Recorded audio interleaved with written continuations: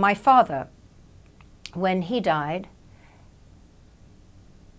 the day before, I had had a conversation with him, and he was a humanist. He didn't believe in the afterlife, and he didn't believe in God. And I said, well, in case you're wrong, I jokingly said, just give me a little haunting. And so we laughed about it, and he said, okay, whatever.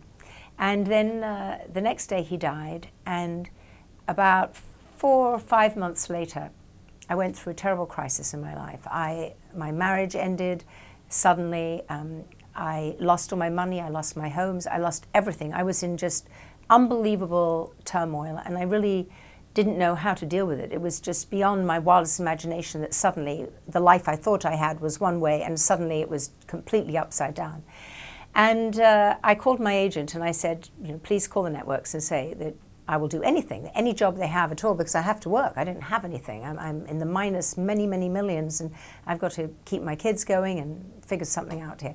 Anyway, he called the different networks and said, Jane will do anything. And CBS said, well, she'll do anything. We have this little movie of the week, and we don't think it'll ever be a series because, it's a woman in the lead. That doesn't work. It's a period piece. That doesn't work. It's about medicine. That doesn't work. It's got family values. That definitely doesn't work.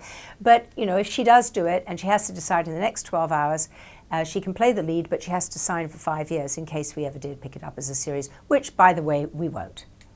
Dr. Quinn, Medicine Woman. So tell me that wasn't a little haunting, because there was my father, who was a fellow of the Royal College of Obstetricians and Gynecologists, who I grew up with working in hospitals since I could walk and talk. I was always an auxiliary nurse. I had a microscope at 7. I was watching major surgery when I was 10.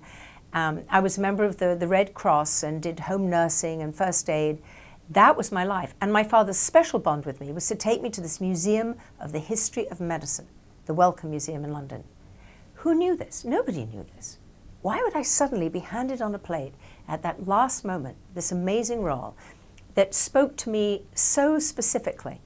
So every time I went on the set of Dr. Quinn, I would just kind of look up and just go, thanks, Dad. Because I know he helped hand that to me on a plate. And I had to believe that the success of that show, was something that no one could believe that would be successful, and especially CBS. They did everything they could to try and destroy it, to not let it be a success, believe it or not.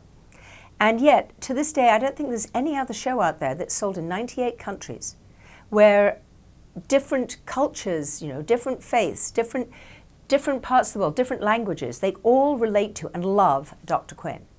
And it was just such a special, open-hearted message. I mean, I think, here is a character whose heart was completely open, who dealt with adversity, who dealt with all kinds of circumstances and choices in life, and found it in herself to open her heart and learn and try and find a different way of approaching things. And, the fact that message, which is a part of Americana, is what we are sending out all over the world, and people are relating to it, gives me a sense of hope. It gives me a sense of hope that everyone on this planet has an ability to really connect with one another. And I think that's really what I'm speaking about with Open Hearts. That's what Dr. Quinn was about. And that's where I think, the whole angel thing comes in too.